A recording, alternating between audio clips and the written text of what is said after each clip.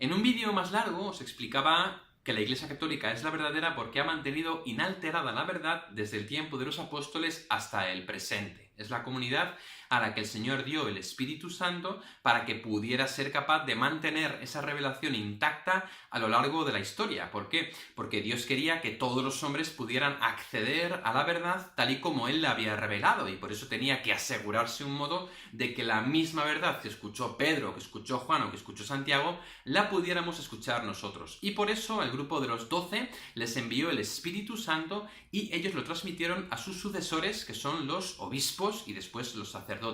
Mediante esta estructura, la Iglesia ha mantenido inalterado el contenido de la revelación a lo largo de la historia. Y eso que ha habido muchos intentos de cambiar esa verdad, que son lo que llamamos las herejías, ¿no? Intentos de cambiar las verdades de la fe, de decir que Jesucristo no era Dios, de decir que el Espíritu Santo no existía y cosas por el estilo, ¿no? La Iglesia Católica ha mantenido esa verdad inalterada a lo largo de la historia. Además, ha recibido el Espíritu Santo para poder determinar cuáles eran los libros inspirados, porque ha habido muchos libros que hablaban de Jesús y que no eran verdad, que eran falsos, y también ha recibido la gracia de poder interpretarlos, porque claro, la Biblia es un libro muy difícil y también cada uno lo puede interpretar de modos muy diferentes, alejándose de la verdad. Por eso la Iglesia Católica ha recibido la gracia de poder interpretar la Sagrada Escritura en el mismo espíritu en el que fue escrita, porque tiene la plenitud del Espíritu Santo. Además, la revelación no es solamente un mensaje, lo que ha traído Cristo, la redención, no es solamente palabras, sino que también es obras, es una gracia, y esa gracia se nos transmite mediante los sacramentos, que son los medios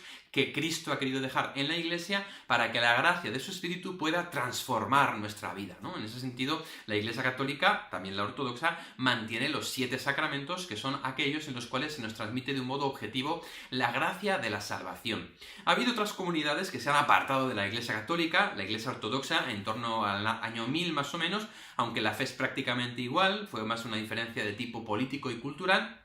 Después las iglesias reformadas, empezando por la de Lutero y las demás, que lo que hacen es cambiar cosas de la Iglesia Católica y establecerlas sobre otros principios diferentes que no tienen que ver con los mismos que se han transmitido a lo largo de la historia desde el principio de los tiempos, diciendo que solo la Escritura es fuente de revelación, que solo la fe es signo de salvación, y perdiendo así la fe en los sacramentos y la fe en la Iglesia como estructura que recibe la plenitud del Espíritu para transmitir la verdad tal y como fue revelada. Y la Iglesia Anglicana, que poco tiempo después se separó también para hacer la Iglesia de Inglaterra y que adoptó los principios de la Reforma Protestante o luterana, aunque después elaboró sus propios principios. Finalmente, podemos decir sencillamente que se apartó también de la Iglesia Católica y que hizo otra iglesia, otras comunidades religiosas, un poco a su medida, cambiando cosas de la Iglesia Católica. La Iglesia Católica tiene errores, es decir, miembros de la Iglesia Católica cometen pecados y hay cosas que no hacen mal, que no hacemos bien, y muchas veces cogemos eso como modo de decir, oye, pues la Iglesia Católica, ¿cómo va a ser la verdadera si tiene tantos pecados? Bueno, es que la Iglesia Católica está formada por pecadores y a veces incluso los mismos líderes han sido pecadores,